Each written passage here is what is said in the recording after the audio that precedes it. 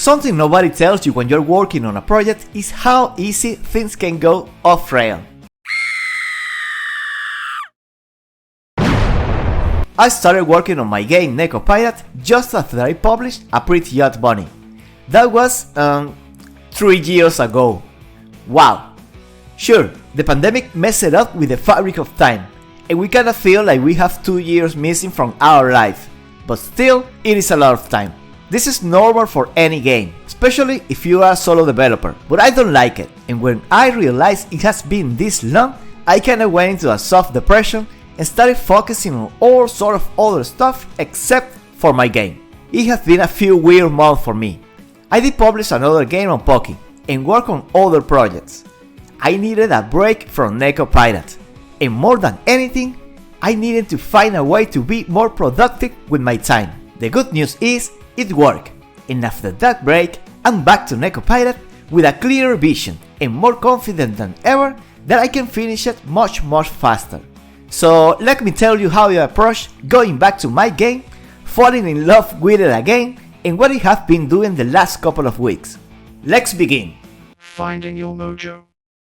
Once in a while, it is a good idea to take a break from your project, especially if it is a big one. Game developers always suffer from this oversaturation. This happened to me with Nekopirate, and the way I solved it was taking a step back, focusing on different things and let the project rest for a while. During this time, I wasn't chilling in the beach, which I would have liked. I actually worked on another game, a short one, that only took me a few months. And after that, I made yet another one. But this time, while I was working on the second game, I started feeling better, more motivated, and I knew I was ready to go back to my big ambitious game. Finding your mojo is all about resting, not looking at your project for a while, trying not to think about it, and then approaching it slowly, trying to remember why you love it. If you can do that, then you'll know it is worth it. Patching holes. I started working on Nekopirate just after I published my previous game, A Pretty Yacht Bunny. And while at the time I felt I had learned a lot, the truth is, I was still a noob. I realized this while working on the other 2 smaller games.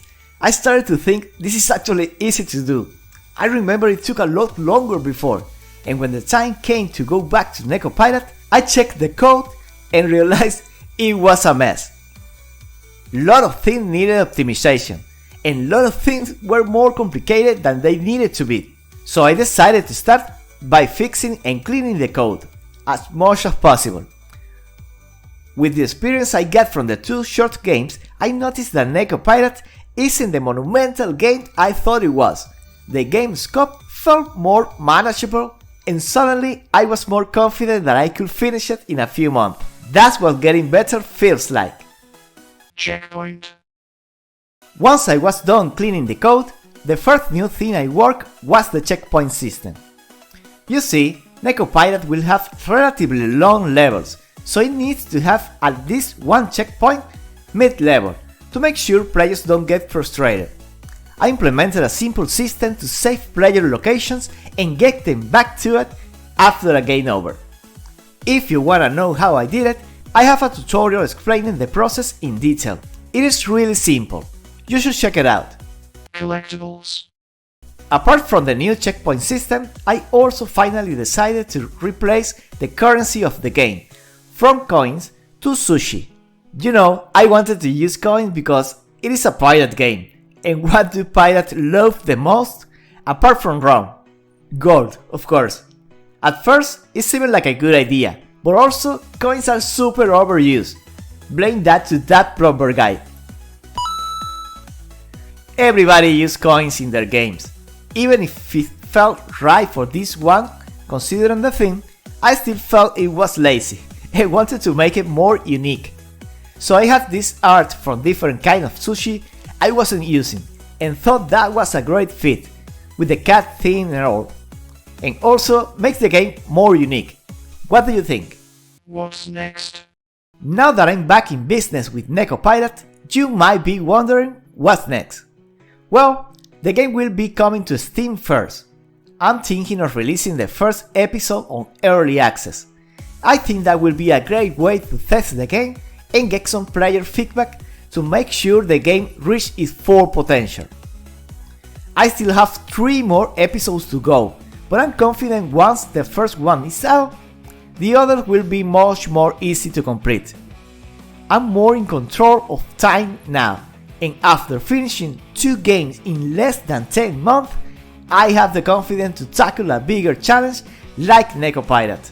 And I say with 100% confidence I will ship it sooner than I ever anticipated. Like some of you know, I started doing weekly live stream showing the development process.